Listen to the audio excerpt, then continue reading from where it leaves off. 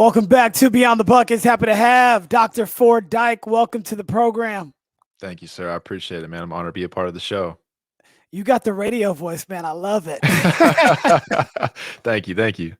It must be the mic, though. I don't know. Some filtration going on. Oh, there you go. Well, anyway, let's just start it off with a bang. Why don't you tell everybody something that they may not know about you if they even knew you? So a fun fact that that not many people know. All right, let me think about that one. Something that I know about myself that other people who potentially even think they know me don't know. Correct. Yeah. All right.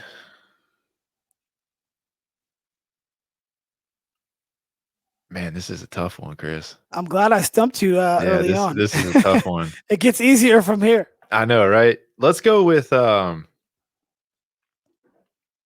if I had an opportunity to do something completely different than what I'm doing now. Yeah. I would choose one of two things. One, EDM DJ on the world stage. There you just go. in front of hundreds of thousands. You know what I mean? Like crowds of people. Yeah, like the Calvin Harris level. Oh, for sure. Yeah, for sure. Dead Mouse, that level.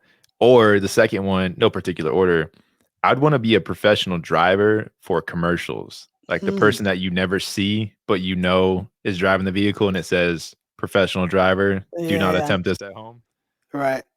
Those are two cool professions, and they're extremely different, right? So the DJ is just charged by the crowd and the energy, which I think is just amazing. If you can, there's a term that my father-in-law always uses: the music will transcend. There you go. And it really does. And so if you can get people to move and feel away by the music that you're playing or producing is extremely cool. And then being a professional driver is harder than you think. You're like, I don't know if you've done those simulators where, you can get on tracks and stuff like that, but my father-in-law actually has done that. And he said, it's completely different than what you would actually think of. You think you're a good driver until you actually get on one of those things. And it's like you can go into the rails really quickly if you're not experienced. You could always put it together. You could be a professional driver for an EDM DJ and then just cross. That way you got the music in the ride and you're also getting them to the show. For sure, no doubt. Well, that's really cool. I think the one thing that I would love to do is be like a video or movie editor. Oh yeah. I love spending times like when years ago when I had a lot more time on my hands, I would basically be chopping up our videos and making mixtapes for some of our players. And that's something that I always enjoyed, or putting together little short films. Or early on when I was romantic in my relationship, I would film all these bunch of cool things that we did throughout the trip. Like if we were in Hawaii or something, and I'd basically put together this little video montage, mixed with some good music and just kind of our style. So I actually want to go back and look at some of those things that I did previously, but that would be the one for me. That's cool. So tell everybody else out here that's going to be listening a little bit more about you, your upbringing, things like that, just for some context. Yeah, no doubt. So I'm originally from Jupiter Beach, Florida, which is on the southeast coast of Florida. It's kind of like when you look at Florida and it pops out down there on the south side. That's Jupiter Island. That's where I grew up. And I think growing up really set the tone for a lot of the work I've been doing as of late. That is mindfulness. And we can definitely get into that as the conversation transpires. Right. But really, Chris, I'm the youngest of four and I'm the shortest at 6'4", like my brothers are big people. Dad's tall, mom's got a presence, and just kind of learned stuff through osmosis, kind of stayed quiet and, took my licks when I needed to and moved on from there. But it taught me a lot about growing up quick and growing up into a household as a single mom, teaching you everything from both sides of the story. That's a big part of my mentality now, never taking no for an answer and always raising your bar to another level was a big portion of my upbringing. And that, transferred into athletics all the way into school as well. And really just never looked back, always held that standard, always held that bar up there for myself.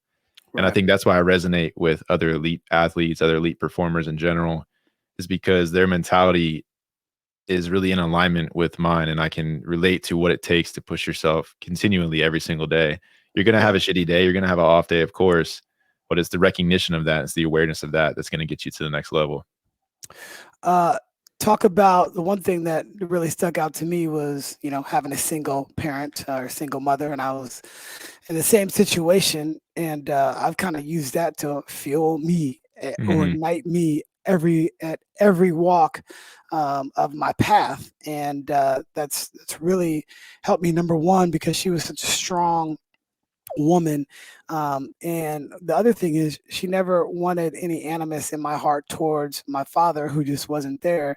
And come to find out later on through conversations, there was a bunch of different things in his life that wouldn't allow him to be the parent that he probably wanted to be.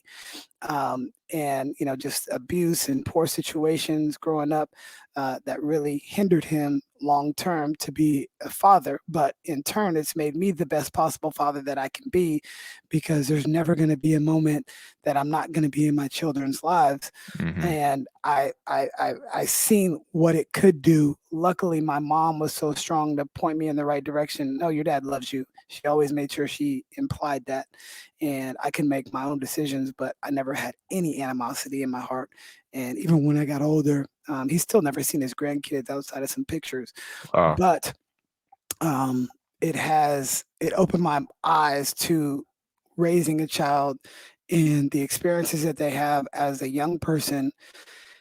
They're really going to affect them in the long term. I felt like I got lucky to have the mom that I had. Um, but I would really enjoy to hear your side of it, coming from another single parent family. Yeah, I feel very similar as far as, feeling so blessed to have her. I told her as of last night, she's in town right now. And one Hmm. of the reasons my belly is full because she made lunch for this interview today, this That, conversation. So nice. it means the world to me, having her here, having her close by, and just having those conversations now, being in my early 30s, talking about those first 16 years, those first 25 years, whatever it may have been that led me to the mentality I have now, or even the questions that I have now. And my parents were divorced when I was 9 years old, Yeah. and I'm the youngest of four. My oldest was in her early 20s, 2021. My sister, my next brother was in his, I think, 16. And then my middle brother was, I want to say 13, something like that. And I was 9 or 10. So when you think about how that transition occurs, at what time in the developmental stage that occurs, everyone's going to have their own experience from it. Mm. And she literally asked me as of last night, Chris, she said, "Do you ever think you need that last F you, spit on the grave? Like, what do you feel like you need?" And I said, "I'm only going to speak for my, from my point of view, because I'm not going to speak for anyone else's as far as what their perception is or what they've experienced." But I said, for me, not necessarily. I mean, you've been there my whole time, as far as I can remember. From 10 and under, you don't really know what's going on. I mean, it's the first decade of your life. You're just kind of cruising. You're a sponge. You're taking stuff through osmosis. But after that, things start to change, especially in high school and undergrad. Right. And when I look back on those times, I don't know where I'd be without that, without her strength, without her passion, her ability to do so many different things without you even knowing she was doing it. I mean, we didn't come from money, and I never had to worry about having the right pair of shoes for the basketball game, and being able to go to the AAU trip and get into college and not graduating with any debt. Like all that stuff now is so huge to me. But while it was happening, she didn't even let you know that it was a situation. She just Right. did it. It's just survival. So she's very close to me, and I really appreciate everything she does. I know she's gonna listen to this episode. She's probably gonna tell me she gets choked up, but I really Yeah. do mean it, man. I don't know where I would be honestly without her mama bear skills. 1000%. Sounds like they have a lot of similarities, my mom and your mom. Um, she never wanted me to feel like I had less than other kids. So whether it be signing up for that, $300 sports league that we didn't have money Right. for, Yeah. or standing in line for the new Jordans, she made sure she was with me at every Yep. one of those steps, because she didn't want me to feel less than, and she broke her back to make me feel that I wasn't inadequate. And you talked about, is there one more FU in you? And, people ask me that all the time. My wife, always tries to psychoanalyze me and, my relationship. Well, wasn't that hurtful that he wasn't there? And it's like, no, my mom was my mom as Yeah. well as my dad, Right. and I was, I had friends that were brothers and things like that. So I never felt like I really needed that part of the relationship. And I guess it came full circle when he was a man and I was a man, and we're sitting down at dinner and just actually talking it out. And I asked him Mhm. straight up. I said, "Why weren't you there?" Mhm. And he said, I mean, and that was a long conversation, but For sure. it was one that was needed. That was the only band-aid that I really needed. I just needed to hear from him, like, dude, why weren't you there? What were the circumstances? Oh, wow, there was actually a lot of stuff that went on that prevented you from being in my life at that point. Mhm. Yeah, it's super interesting, Chris. I mean, you never know. Like my mom always says, you don't know someone's story until you know their story. You know what I mean? Because there's a lot of facades and a lot of fronts and a lot of profiles and revisions and filters we put up, I think, in modern society. But it's amazing. Some of the most interesting things that you find out about people are things that you would never even guess. Wow. Yeah. And it could be something as simple as we have a common experience that, we grew up single parent family. And, it was honestly, I don't want to speak for you, but for me, I'm thankful for it because I don't think I'd be where I am now without having that.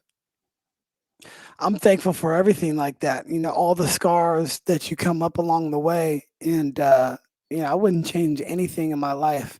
Like, things could have gone a whole different way, and Hmm. so I'm just happy to be where I'm at right now. And I guess that brings up the topic of mindfulness, and mostly what it means to me is being present in the moment and Hmm. enjoying whatever experience you're having at that moment. You know, um, a few months back, my son, who's 3 years old, he's like, Dad, pay attention to me, because I was on the couch and he's watching whatever he wants to watch, because he dominates the television, and he's like, Dad, pay attention to me. I'm like, he's right. And I've Yeah. and I Okay. and I'm interviewing all these doctors, and on mindfulness like yourself, Right. Yeah.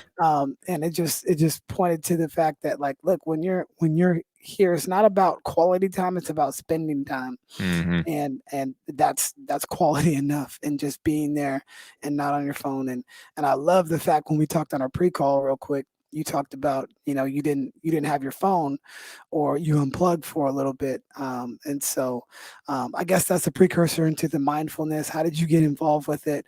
What is a mindfulness definition in your eyes? Because I feel like there is a definition that you Hmm. can look up, and then there's a definition for each individual person. Which I think is super important, just to put that out on the table. Mindfulness is a personal practice, is an experience for a lot of people. Just like you said, you're sitting there with your son. He's like, hey, daddy, pay attention to me. You're there physically present, but your mind is probably elsewhere.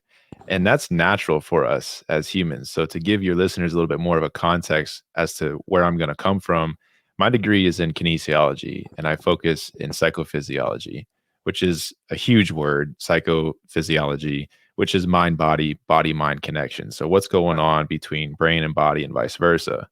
So, the way I define mindfulness is really the way I think it was intended to be conceptualized, and that is present moment awareness, just as you mentioned. Within present moment awareness, it's the fact that we're all mindful to a certain degree. We, as in humans, are mindful to a certain degree. Honestly, Chris, is what separates us from our other mammalian counterparts. We have a super large frontal lobe, and it's an amazing mechanism housed in the frontal cortex. And that frontal cortex is really great at making decisions and judgments and planning for the future and reflecting on the past and remembering things and being creative and pushing our species into another sector of humanity, right? And so mindfulness is already there. The framework is there, the hardware and the software is already there. The question is, how do you put it into practice? Mm. How do you implement this skill set? That's where the practice of mindfulness comes into play. And honestly, that should be daily. It sounds easy. Yeah, just sit quietly and close your eyes for 10 minutes and focus on your breath. It's some of the most difficult practices that anyone can try to do. Right. I guarantee it. If your listeners right now just press pause on the episode and do nothing for 10 minutes, their mind is going to go in 1,000 different directions. But that's okay. That's totally fine. The practice part is allow your mind to go, recognize where it's gone, bring it back to an anchor. A great anchor is a breath, focusing on the respiration cycle. So we could take this in a bunch of different directions. How do Sure. I define it? It's a part of life. It's a part of my lifestyle. It's a part of the friends and family that are closest to me. And I think the most important piece about it is we're not here very long. We're only here for a very short period of time. Why would you not want to be present? Why would you not want to soak it all in? Because you never know. You just never know. Right. No, it's beautiful, and so eloquently uh, put together. Why wouldn't you want to maximize? That's exactly what the same thing I used this morning talking to our team. You know, uh, you guys have been away for 13 months as far as high school basketball is concerned, and you talked about all these things that you were going to do when you can get back on the court. Well, wouldn't you think that you would give every single ounce of energy that you have in every single drill throughout this time period because it was taken away for you for so long? And guess what? Mm-hmm. It can be taken away for you again. And I used to be, well, I'm still an optimistic person, but when Kobe passed, it changed my mind because it it it said it doesn't matter who you are, you can't make the mistake that you think you have time. And in particular, when I'm dealing with these young athletes, if you're a freshman or sophomore, you think you have time. You really don't. You really don't in the grand scheme of things. It's going to fly by just like that. Right. And, staying present and giving everything you have in that moment is 100% on par. And I just love the way you put that. Thank you. Um, now, when you're talking about, so there's mindfulness and then there's your space where you are using the mindfulness practices in helping athletes achieve their optimal performance. Mm-hmm. It is extremely important for athletes to be present in the moment, not think about, past successes or what's going to happen in the future, but really focusing on that. How have you been able to bring your practices from the educational realm through the mindfulness realm and then being an athlete yourself and now helping athletes? How have you been able to combine those three areas? Absolutely. That's a great question. The combination really got down into a point of my personal platform entitled Per For Humans. Per For Humans is literally taking the human element, which is not on the periodic table yet, but it's Mhm. taking the human element and reincorporating it back into performance. Sure. I know, Chris, you could probably attest to this being a coach. A lot of people believe that you can perform at your highest level and the rest of the things that make you a human don't really matter. I see it in the reverse. I see it the only way to reach your highest level is to focus on those foundational units, which I call the 5 elements, HUMAN. So, what makes us a human? Hydrate, unplug, move, aspire, nourish. Those foundational components are the basis of optimal performance, health, and well being. If you neglect that, or if you turn your back to that, you may reach a decently high level performance, but you're not going to be able to sustain it. And a lot of athletes, they want to increase their shelf life for as long as possible. The athletic window is pretty short when you look at the grand scheme of things. But especially now in modern society, we have wearables, we have technology, we have all these different platforms that we can pull from. But my argument is whatever happened to knowing thyself, understanding thyself, focusing on those foundational components that are not only going to build us what we need, but bring us into a long term career and sustain us as humans. Wow. Well, let's break down your new periodic table. Um, Talk about hydrate to start. Okay, How important is that? And I mean, everybody knows they should be drinking water. I mean, I got my water here, you got yours. for sure. But what does that actually mean in the grand scheme of, what you're talking about, this optimal performance athlete or optimal person, really. Yeah, optimal human. And really, before we break down these elements, it's a great point you bring up. I don't just work with athletes. I think a lot of people, they see that and they see, my background and my history and kind of, where I'm coming from. Yes, I work with athletes, but at the end of the day, I work with humans because my perception of it is every human is a performer. As a human, you're a performer, no matter what you do. You could be in the military, you can be in education, you could be a janitor down the hall, Chris. It doesn't Hmm. matter what you do. You have a certain level of performance. Now, for humans, full disclosure, typically and more often than not, works with high profile elite level. The Right. stuff I'm doing at Auburn is a different story. But I give you that caveat because I think it's going to help listeners understand where I'm coming from to the level of um, depth that we go in each of these elements. So, yes, to your point, it's important to hydrate. But there is so much more to that conversation. It's important to unplug, move, aspire, and nourish. But there's so much more to these other aspects and these other elements. So, as an example, hydrate. Our bodies, our physical vessels from the top of our head all the way down to our feet, a high percentage of that is water.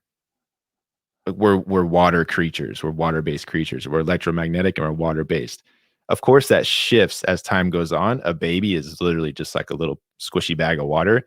Yep. As you get older, you start to lose your water, just by definition, a sign of age. Yep. But the point is, if we are comprised of nearly 65, sometimes 75% water, then why would we hydrate with anything else other than water?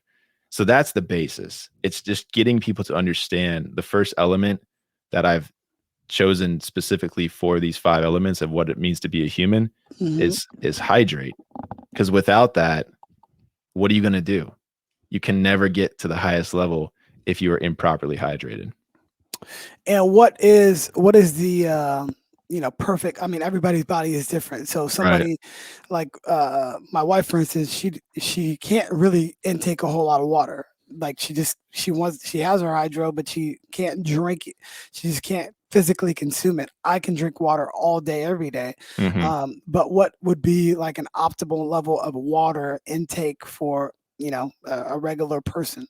Yeah. So a good rule of thumb is half of your body weight in terms of ounces. So let's say I weigh 200 flat. I'm going to need 100 ounces of water. And people can adjust more often than not by way of how much activity that they're getting throughout the day. So Hmm. I always tell people sedentary behavior, just like we're doing right now, we're sitting down, we're not moving necessarily. That's sedentary behavior, but our minds are active. We're active listening, we're engaging, we're processing information, synthesizing and answering questions and having a dialogue, having a conversation. Yep. That takes water. Those neurons firing are going to utilize water to make sure that conductivity is high and that process is going efficiently. So it's kind of giving people a little bit more to the story than we're usually given in a textbook, as an example. You'll hear, well, if you're sweating, you need a little bit more. If you're resting, you need a little bit less. I always tell people, Chris, you got to pay attention to how you feel. And that's my point about mindfulness. That's my point about awareness, present moment awareness specifically. We can give you your protocol, but until you tell me how you're feeling, it's just a protocol. You have to Right. commit that to experience. That's the power of knowledge, is turning it into experience and making it useful for yourself and for other people. Right. And what's the saying? You can go, weeks without food, days without water, but and it comes back to your original point, the breath, being present in the moment, Hmm. minutes without being able to breathe. And the easiest thing for us all is just naturally breathing. You don't have to think about it, but picking back off your earlier point about the hardest thing to do is just sit still and think about your breathing is the hardest thing. Like it's so difficult. And you Hmm. mentioned that your mind wanders, um, and it's just like I like to keep things simple. I used to be very complicated, but now it's just like keep things very simple. What do you want the outcome to be, and how do you want to get there? Like you can figure out how you get there. It can go like this till you get to the outcome, because there's going to be several different roads. Mhm. But as far as hydration is concerned, if you have a lack of hydration, obviously you're not going to be able to perform, whether that be an athlete or a regular human that is just trying to live life, greatly. And you put it so perfectly, where it's like, why would you hydrate with anything else Right. when our bodies are made of majority water? Right. So really, really great points. Why don't you touch on the unplug? Yeah, let's get into unplug. So it goes back to what I said earlier about sitting quietly with no distractions. Now more than ever, we're forced to be distracted. It's a product of our environment, whether it's our mobile device, it's our personal computer, laptop, tablet, what have you. You get into modern vehicles now, there's screens everywhere. It's talking back to you, and people have Alexas and Siris and all these devices, and they're great. Don't get me wrong. I love technology. I use it every single day, but there's a balance to it as well. And it's understanding that staring at screens is physiologically not advantageous for your health. Hmm. There's been plenty of studies documenting the negative effects of blue light and blue light frequency and how that affects cortisol versus melatonin. So, unplugging that element as itself is all about recovery, stepping back, rest and digest, literally and figuratively unplugging. It's so interesting to me that so many people, before they go to sleep, the last thing they do is they charge their phone. That's like priority number one for so many people before they go to sleep. They charge their phone.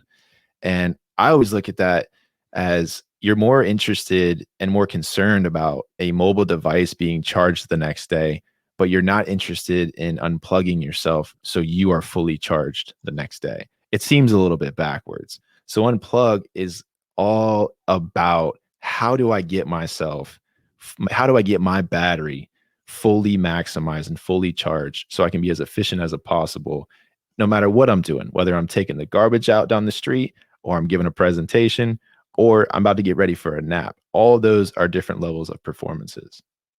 Wow. I never thought of it that way, and I actually never charged my phone at night, because back in the day, if you charged it too much, the battery would start to be worse. So I never charge it anymore. I really don't. But I try not to, like, my screen time is about average 2 hours per day, and That's really good. I try to, like, I was shocked when I seen, last year when we would go on these trips for basketball. We're Oh, down yeah. we're down in LA, and we went to Disneyland and all this, and it's like, well, let's see your screen time. And we had just got done with finals that week. And we're us in this 8, 9 hours. I'm like, you're in school for 6 to 8 hours a day. We practice for 2 hours a day. How are That's my you on your point. phone that long? It's unbelievable. I was Yep. just like mind blown. And I Yep. said, imagine if you just took 1 hour off every day from your phone. So you go Mhm. from 8 hours to 7 hours on your phone. What could you do in that hour to be so much more productive? And obviously that goes in one ear and out the other. But I never really thought of it that way. What are some things that people can do to help them unplug outside of what they know they should do is just put their phone away? Um, like, are there any techniques to have better sleep? I know that's one extremely important thing to performance, for athletes or just regular individuals. But do you have any hacks to help people with that stuff?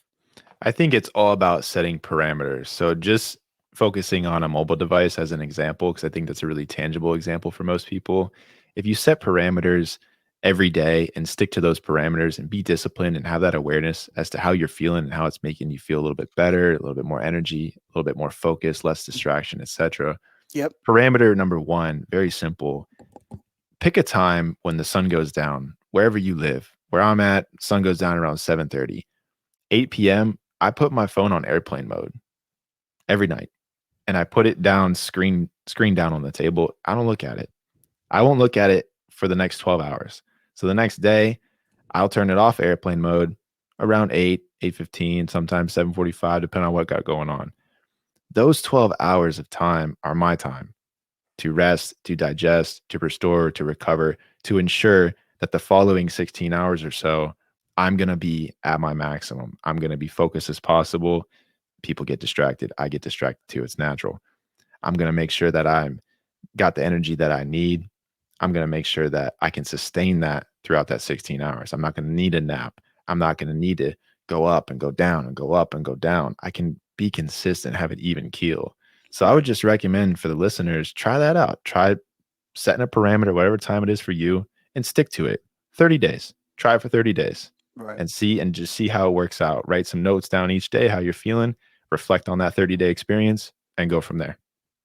And to play devil's advocate, I don't disagree with you at all. But uh, what if somebody's extremely busy and they have, and let's say they're in a sales role and they have to take calls at all times of the night just to make sure that if something comes through, they're ready to go. What would be your advice to somebody that is extremely busy, too busy to put their phone down?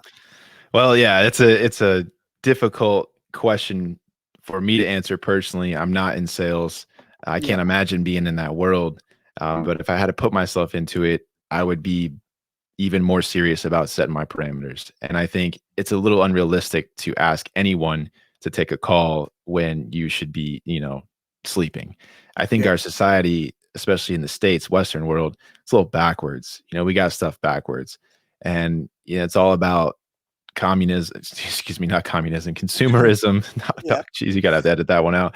It's all about consumerism, and it's all about chasing the power of the dollar and, building my name up and building my company up. And at the cost of what, right? At the cost of what is the individual's personal health and well-being.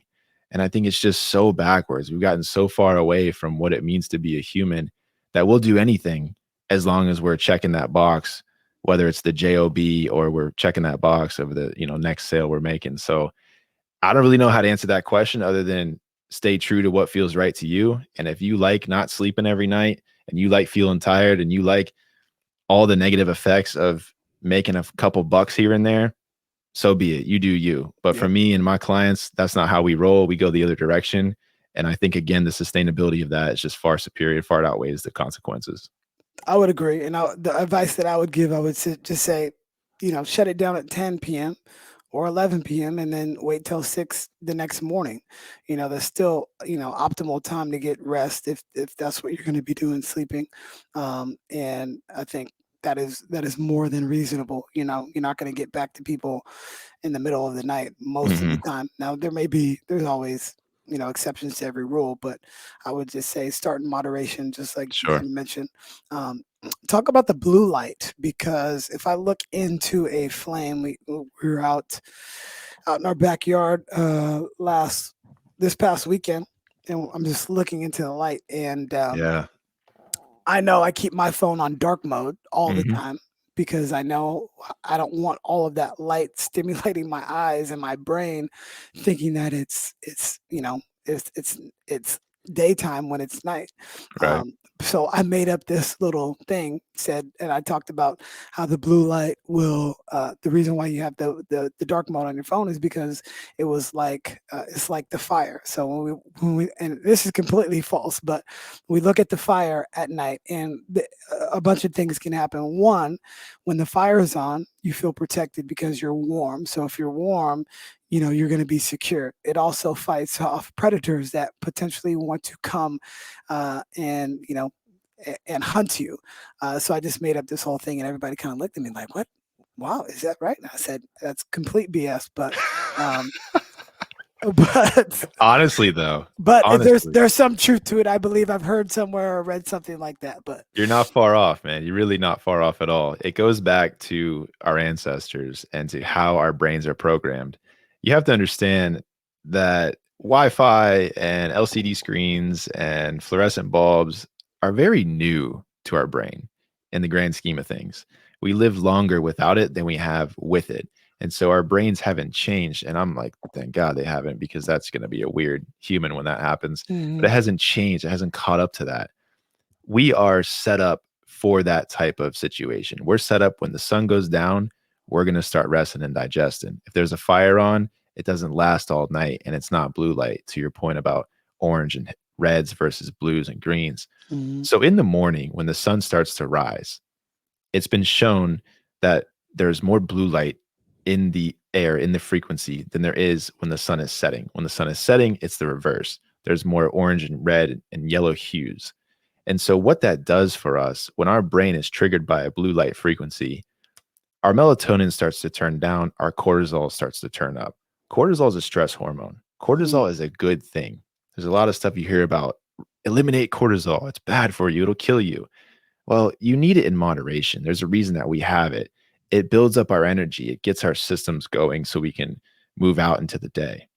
But there becomes a point in your day where you want to start to shift that ratio back to melatonin, which is your sleep hormone, your rest and digest hormone. The longer we extend our blue light consumption, meaning if we're watching TV late or answering email late or flipping through Instagram and social media late, the longer we're delaying that flip of the ratio. And so yeah, we're maintaining cortisol into the late hours of the night. And we're wondering why, when we're supposed to go to bed, we're looking and staring at the ceiling because yeah. physiologically, our brain hasn't had enough time to rinse out the cortisol and upregulate the melatonin in order for us to get a good night's sleep. Interesting. So I didn't know it was cortisol, but I knew there was something involved with that. But um, so do you recommend like melatonin supplements to help people sleep, or would you not because your body won't be able to regulate the higher dosage of melatonin, obviously that you produce naturally, but now you're getting it supplemented to help your rest. But then when you don't use it, will it be an issue for you to, to fall asleep and stay asleep? Right. So to answer your question about melatonin supplement, I'll pull it out even wider and just talk about supplements as a whole. No matter what supplement it is, whether it's melatonin for sleep wake, whether it's protein for muscle regulation or recovery, or turnover rate, whether it's napping because you're not sleeping well at night, I truly believe supplements should only be utilized to supplement you as a human. Right. So if your sleep is off, if you're not sleeping the standard 7 to 9 hour window, I know a lot of your listeners are going to cross their eyes when they hear Hmm. that, and it's not consistent, and you're having ups and downs throughout your day, especially around 1 p.m., 2 p.m., you're starting to do the little doze off and you need the Folgers and stuff like that and the Red Bulls. I would highly discourage you from utilizing melatonin. It's the same situation when I have athletes tell me, I want to get bigger, faster, stronger. What type of protein supplement should I have? Well, first of all, your diet is terrible. So we're Hmm. not going to supplement a poor diet. What we're going to do before we even think about supplements is we're going to get your nutrition on a much better level. And then we're going to fill those gaps moving forward. That's the perfect way to put it. I take a few different supplements, but one of them is athletic greens, and I use that daily. But I still eat vegetables Right. often, Yeah. so it may help some of the things that I'm not consuming, but I am consuming. Like at least I have a base. Every day I Hmm. have vegetables, but that is supplementing, my morning nutrition. Um, every single morning, and I feel great. And it's all the smart people say that it's supposed to help you and boost your immune system and all that sort of stuff. But It's good stuff. yeah, do you take any? What supplements do you take? Oh man, you're gonna love this. So my grandfather, who God rest his soul, he's the he's the OG man. He had 10 kids. My mom was one of them. So that just gives you an idea. Back to your question about single parent. Yep. That man lived until I believe he was 89 years old. And I remember I was young and I went to a checkup appointment with him. And the physician asked him, it's one of those flashbulb memories. He said, Mr. Stetzer, well, what type of supplements are you taking? What type of medicine are you taking? He said, one and one only, Flintstone vitamins. And I was like, yo. So I kid you not, as a child, I was eating Flintstones and I just got back on Flintstones like within the last year, man. And Oh, they're really? just Yeah. it's a nostalgic thing for me, but they really do have a good, structure as far as what they're hitting.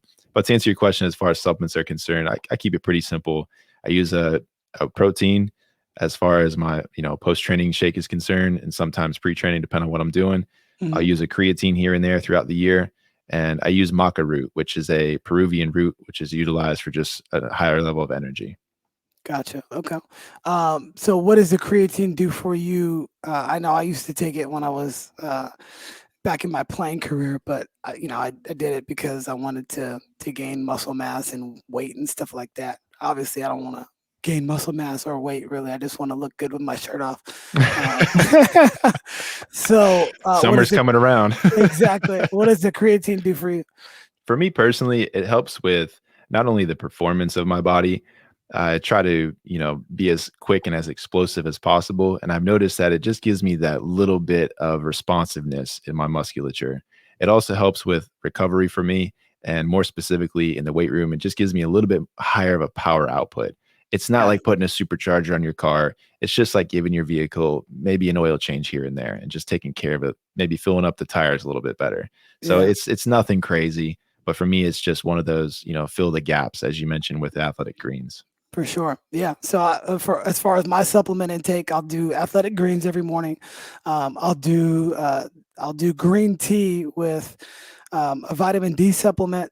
We will also put some turmeric, some cinnamon, Yeah, man. some cayenne pepper in there, Oh, yeah. and and lemon, because I'm always trying to just decrease inflammation. So many times that when people have medical issues, my wife is a nurse at Stanford. They talk about too many, inflamed, Mhm. items on their body. So Mhm. that's what I'll take. I'll take a protein. I think I don't know if it's a vegan protein or not. I'm not vegan, but I do kind of steer towards that stuff. But I do eat a lot of meat, Mhm. fishes, chickens, ground turkey. We meal prep every single week. So we'll do that stuff, and I guess that leads into our next one, which is move. Yeah. One of my favorite things. The pandemic has allowed us to create a whole gym in our garage. So Oh, man, that's awesome. we are now. I was 4:30 this morning on the Peloton, There you go. just to get it in early. And Yeah. people say you wake up at that hour. Well, I go to bed at 9:30, There you go. so I can still get my 7 hours of sleep. And I don't do it every single morning. The other days, I'll let the kids wake us up, and they get up around between 5 and 6 Yeah. at some point. So, how important is the movement of your body daily to, just strengthen, not just for athletes, but just regular people? Yeah, it's everything, Chris. We have these 5 elements and move sits right there in the middle. It's the fulcrum. We're humans. We're designed to move. And without movement, things start to become stagnant. And as I mentioned earlier at the outset, we're water-based creatures. So let me ask you a question. What happens to water that you pass on the street that's been sitting for a while? Like, what does that look like?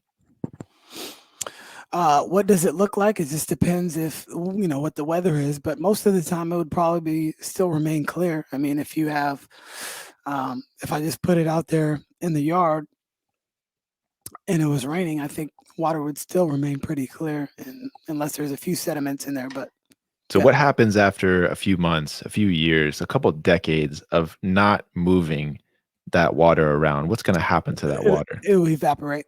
Yeah, it'll evaporate. It'll just kind of turn maybe kind of murky and maybe even start to smell putrid. Hmm. That's what happens to our system. Mm, We are designed to move every joint, every organ, every piece of musculature. Our skin is our biggest organ. It's designed to move, it's elastic. And yet, what do? Most of our lives? yeah, We wake up, we eat breakfast. We get in our mode of transportation, primarily in the Western world, we're sitting down. We get to our office space where we sit down. We get up, we go to lunch, we sit down for lunch. We come home, we're so tired of sitting all day that we have dinner sitting, and then we get to the couch because we're tired of sitting, and we sit some more before we get into bed. right. So we are so accustomed and so conditioned to sit. You can see this just in the societal influences of when you go to a conference and the doors open and there's rows of chairs. There's never an option for someone in the audience to stand because that Right. would be rude. That would be offensive to the presenter, or perhaps you're going to block someone else's view. That's really interesting to me. I've been to health and wellness conferences, Chris, and there are more chairs there than there are in the airport. So it's Wow. just something to start to think about. Where did we go wrong? Where did we become so accustomed to not using our body the way it was designed to be used? You go back to that ancestral comment that I mentioned, where we were bipedal, upright, erect creatures, and that's another thing that has separated us from other mammalians is we started to stand up and traverse the earth, traverse the ground, which helps us become more creative and helps us gather more nutrients and helps us meet more people. And you just start to see this ripple effect. But at some point, more often than not, the Industrial Revolution, when the car came online and offices came online and post World War II, we sat down. We Right. got complacent. We became accustomed to our way of life.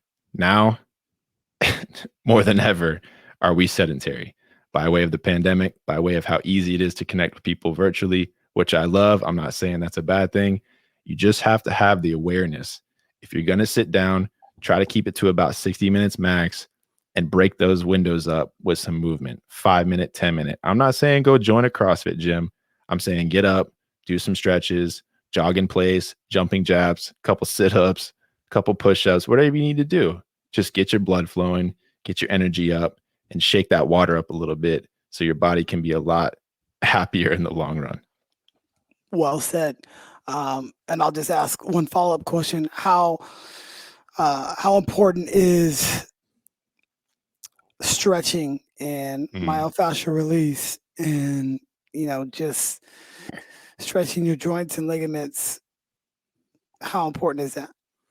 I think it's more important for more people than we may realize. I think the preconceived notion is, well, that's just reserved for athletes that have to use their body to perform. I was speaking to my mom the other day. She's a CFO, and I was talking to her about the importance of movement, right? So her job requires her to be in front of a computer, to be dialed in, locked into those meetings, to those sessions, and to those spreadsheets. But I said, Ma, if you could just break it up a little bit and welcome some movement into your body, the blood that's pooling down into your lower extremities, your feet and your calves, is going to reallocate and come up into your brain where you need it in your job to answer these questions and solve these problems. Now, stretching specifically doesn't always have to be to the degree that an athlete needs it in order to avoid injury and be able to perform at their level. Stretching can be as easy as leaning backwards or reaching down towards your toes, not necessarily touching your toes, but just towards your toes, bending to the right, bending to the left, rotating slightly, just moving your body around how it's designed to move. You think about a rubber band. You use a rubber band every day. It's used to being used. It's going to have its elasticity to it. Yep. The minute you stop using that rubber band, you let it sit around for a while, and it's not used to moving. It gets tight. You go to use it. What happens? Yeah. You break the rubber band. Exactly. So it's that use it or lose it principle that remains effective in our body as well. You're going to use it, it's going to return its investment to you. If you're not going to use it, complications are they're going to transpire sooner or later. For sure. Let's talk about Aspire. Aspire is an interesting one. Aspire's moving its way closer to that final element, nourish. And Aspire is all about, how do you set your intention daily? What is it that you want to show up in the world that day, that week, that month, that year, that decade, for your entire life? It's that 5 or 10 minutes as soon as you wake up in the morning that you set the tone for yourself. I call it setting your GPS. You go on a road trip and you want to get to the destination. You don't just kind of randomly start driving and expect to show up as efficient as possible. You're going to get lost. You're going to get frustrated. Your passengers aren't going to be happy. If you're by yourself and you're just cruising, that's fine. But it's way more efficient to set your GPS. Right. So how do you set your GPS personally? The time that you wake up is the freshest time of the day. Your body just recovered. It just came out of REM sleep, ideally, going back to that unplug. Add a little bit of movement into the morning, maybe some light stretches, a morning walk, what have you. And while your brain is fresh and it's in its receptivity mode, that's when you can be very intentional, very cognizant as to how you want to show up. What is it that you want to do? I'm not talking about setting goals. That's different. I'm talking about setting an intention. And when you set that intention, it's just like setting the GPS. If you get off track a little bit, what does that GPS tell you? Reroute. Right. So you set your intention for being calm and respectful and holding a space and answering questions in a deliberate way. And someone sends you an email that gets you to fly off the handle a little bit. Because you set your intention, you may go off but you're going to be able to auto correct and recorrect and get back where you set it early in the morning to move out through your day. Right. Yeah, that's very important. That intention daily, and sometimes we go on the days without any intention, but you never would go into a meeting unprepared, or Mm-hmm. I would hope not anyway. Mm-hmm. You would never go into teaching one of your lessons unprepared. Right. Um, and that means you've done it before, so you're already prepared, but you've already had that intention, so it wouldn't hold the same weight. So I think that's a very poignant point. Another one by you. I mean, you're just racking them up here. Appreciate it. Well, talk about the nourish, which is I think pretty much rounds it out, and yeah. Yeah, the reason I left it at the end, Chris, was it's interesting. It goes back to what you said earlier about, we can survive 2 to 3 weeks without any food. It's not that I recommend any of your listeners go and try that, but it's been documented over and over, starvation studies, that the human body, it can make out of that. You're going to probably need to seek medical attention, but you can make it out of that. And when I started thinking about that, I started thinking, so many people approach me as a kinesiologist, as a health and wellness expert. And one of the first questions is always, well, what gym should I go to? Or how much weight should I lift? And then it gets into, well, what should I be eating? What type of fuel would you recommend? And then eventually, well, what about Gatorade versus Powerade versus coconut water or something like that? And I really sat on that for a while. And I realized we've got it backwards, right? I mean, again, I don't recommend that you be sedentary for several months, but if we were sitting in these chairs for several months, our backs would be sore, our hips would be kind of locked up, our knees would be tight, ankles, but we'd be okay. I mean, we would slowly reintroduce movement and we'd be okay. Same thing with food, as I mentioned. You can go 2 weeks without it. You're not going to be in great shape, but you're going to survive. Hydration, water specifically, 2 to 3 days without it. Again, probably need to seek medical attention, get an IV. You'll make it out of it. But in as little as 3 minutes, without your next breath, without your next inhale, you're in trouble. Matter of fact, if your listeners right now just take an exhale here and don't take another inhale for 30 seconds, they'll start to realize the importance of respiration, the value of respiration, hence awareness, hence present moment awareness. So I left nutrition and nourishment at the end because I really wanted to flip the script. I wanted to start a conversation. And because we can go so long without it, there's so many other aspects that we can focus on before we get to nourish. So as long as we have our hydration on point, we're unplugging properly with rest and digest and recovery, we're moving adequately, and whether that's setting those protocols as an athlete or just being a general layman, we're making sure we're accruing movement. We have our intentions and our aspirations set. Now we can talk about what it takes to fuel the vehicle. Right. And I'm going to keep this one short and sweet. It's very simple. If you own a vehicle that has unleaded gasoline and an unleaded engine, and you put diesel fuel into that vehicle, you're going to seize the motor. You would never do that. No one I ask on the street or even at a gas station, what kind of vehicle do you have? What kind of engine is that? Unleaded. Why don't you put diesel in it? They would tell me to get the heck out of there. And Right. yet that same individual will walk in to the store and they will come out with diesel fuel and they will digest and consume that diesel fuel. And I'm always thinking to myself, you can get another car, but can you ever get another vessel? Right. This is all you have. This is what you're given. So why would you not treat it like it's the only one you have? Yeah.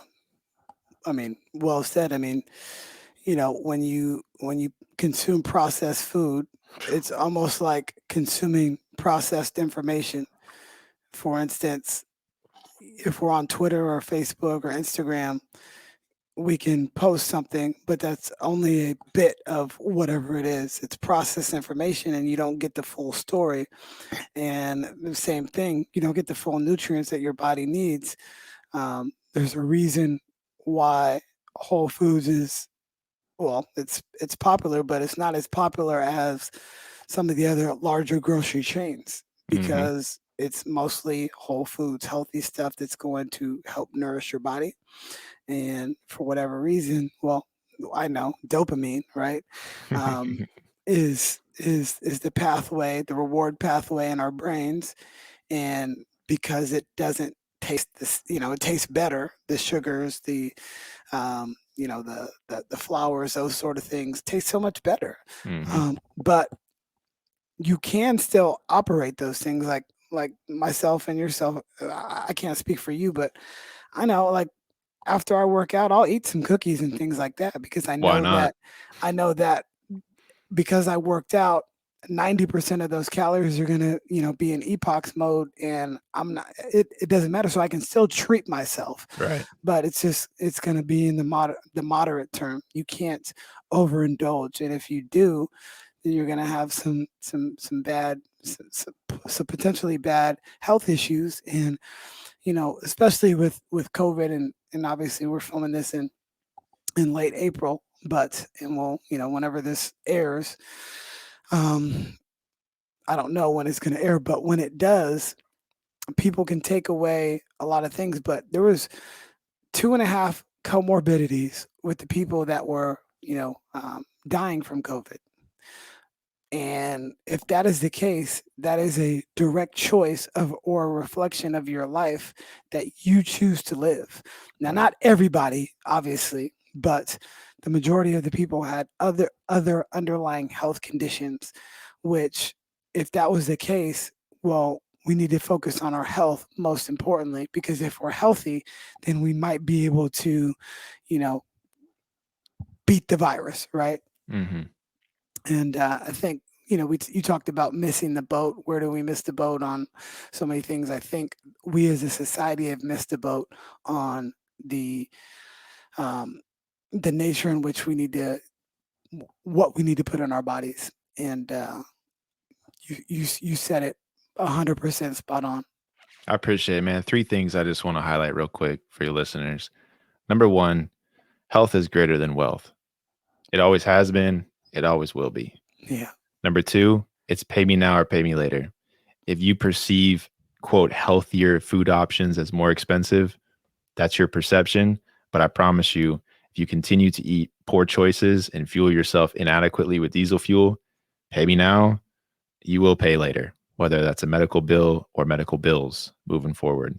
Yep. And number three, a lot of people, to your point about cookies or ice cream or having a glass of wine or, a beer here and there, my students have asked me over the semesters, Dr. D, do you ever have a pizza? Do you ever drink a beer?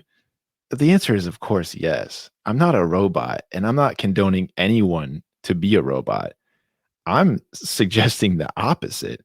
I'm suggesting be a human for humans. Get the human element back into it because we've separated it, we've removed it, and focus on these elements that really is the impetus of what it means to be a human.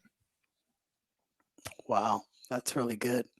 I like that. I'm still on all of this stuff, by the way. I'm gonna give you credit. I'm gonna give you credit the first time. The Drop it on second your team Yeah, tomorrow. the second time I'm just gonna claim it. Um, really great stuff, man. I really appreciate your time. Tell me quickly, what do you do at Auburn University? War Eagle. We won't War say roll. Eagle. We won't say roll tide. Appreciate that. Thank you. So tell everybody about that, and then plug anything and everything that you might have. Okay, cool. I'm a professor in the School of Kinesiology, so movement, health, and performance. As I mentioned, I focus on psychophysiology, mind body connection, and I am the director and I spearhead the Mindfulness Innovation Project, which is essentially performance and health optimization. And the focus is the basis, the foundation is mindfulness. So within that, we disseminate information across the state, across the region, country. We've gone internationally. Fingers crossed, we'll be able to travel again. And with that, I also teach classes. I teach a performance-based psychology course. I teach motor learning and performance, and of course, the performance and health optimization class as well. So it's an interesting platform being a professor, having the ability to share as much information as I can to various audiences, which is really nice. And, moving forward, we'll see where it goes. But having the ability to have access to brand new information fresh out of research laboratories to be able to disseminate that at a high level is a big plus for me in that position. I love it. And where can everybody follow you? What are anything you're plugging? I love the fact that you're an educator and I'm an educator as well, but we also have multiple things that we're doing, Sure. being entrepreneurs and running your own company and things like that. And you're still a professional athlete, if I'm not mistaken, right? Still training. Yes, sir. Good, good. So plug where everybody can follow you, your website, everything like that. The best place to catch up with me personally is going to be on LinkedIn. First name Ford, Ford, last name Dyke, Dyke. Feel free to drop me a line. I love networking calls, as you know, and exploring other people's domains is always a great pleasure of mine. The website is perforhumans.com, simply perforhumans.com. Instagram, you can check it out. I'm not a big proponent of those platforms, but it does check the box. Facebook is out there. But the passion and the love that I have right now are my two podcasts. One is conversational and one is educational. Preform, Prepare to Perform, is a direct extension of Perfor Humans, where I bring on guests like yourself who are high profile, outside the box, elite, and we unpack what that means. How is it that you got to where you are? What did it take? What do you do? So it's almost the questions you're asking me, but I'm flipping it up and I'm going to be able to ask other people. It's a fan. I love it. I love doing it. We're in the second season right now. Shout out to all the guests that have been a part of it. I really do appreciate their time. The educational side is the And self-regulation and station. let me chime in real quick before you Yeah. do the educational podcast. I checked your episode out today with the cyclist coach. Oh yeah. Um, I think Lee that was, Povey. yeah, Lee. He was solid. I really liked his perspective on everything. So that's something that I really enjoy too. Those type of podcasts, it just ignites you, and just hearing it from a different perspective. It's basically like getting a pitch from somebody on the left side or the right side, and you're just like, Right. okay, cool. That's a different way to look at it. Yeah. You just add little pieces to your arsenal, Yeah, and definitely. I loved your interview style as well, and most of the time, well, like we both talked about, the organic conversations are just so much more appealing, Hmm. rather than like, obviously I looked at your stuff, but I didn't write any notes when I came out here. Yeah, I appreciate that. And you're very much the same way. So yeah, so you could plug the second podcast too. Yeah, so unlike, Preform, Chris, as you're mentioning, and thank you for recognizing my style because I really take a lot of pride in, having a connection, a genuine connection with somebody. Everything's out there on the internet. You can read people's bios, you can check out their education, their experience. So that stuff's already been said. I try to get people on and, take all that off, take those facades off, take those titles off, and get down to what it means to be a human. Conversely, the self-regulation station, which is my educational platform, which a lot of your listeners, when they connect on LinkedIn, they'll see all of those posts coming out. That is scripted to the word, to the breath. And I do that on purpose because I know people are so busy. I know most people only have 5 or 10 minutes. And I don't want to have people on the blue light as longer than they need to be. Right. So those episodes are there to teach them all about health and wellness, self-regulation, what it means to be able to have somebody say something to you, and before you react, you have that half a second, that space between stimulus and response, in order to respond accordingly and to make sure that what you're showing up with every day is not only going to help you, but it's going to help the person in front of you. And that ideally is going to keep spinning this thing in the right direction. Definitely. Last question I have for you. If there's somebody that should be on the Beyond the Bucket show, who would it be? And before you answer, you're gonna have to make that connection for us. Um, so yeah, who would I who? got you, man. I'm going to have to go with Scott Garber. He's been my main man. He's from Stuart, Florida, which is only like 15 minutes away. And I'm a firm believer in trusting the universe that nothing is random. So I won't say I randomly met him on a networking call. It was, by design. And he's been an awesome dude just to connect with. And we're actually going to do 15-minute Fridays this week. So every Friday Oh, for season 3 of Self Reg, he's going to be the MC. We're going to break apart the self regulation station a little bit further, ask me questions about what goes on behind the scenes, answer questions from live viewers, etc. But you'll definitely have to connect, and I'll get you guys in touch. that'd be awesome. I'd love to meet Scott. And that's similar to how we met. Yep, When I talked to Kate, she was like, "Oh, you got to meet Ford," and it was like cool. appreciate it. Instantly, when we talked, it was just instant. You got an instant connection. I just automatically knew. I mean, you sounded like a brother at first when I heard you on the phone until I seen your picture on the website. It's in there. It's definitely in there. We're all the same. You definitely got the flavor. So, really appreciate your time today. Appreciate it, man. Look Thank forward you. to further communications. If you ever need, if you're ever in a pitch and you need a guest on your show, just let me know. I'd love to Awesome. join too. So. Thank you, Chris. I appreciate it, man. I had a good time.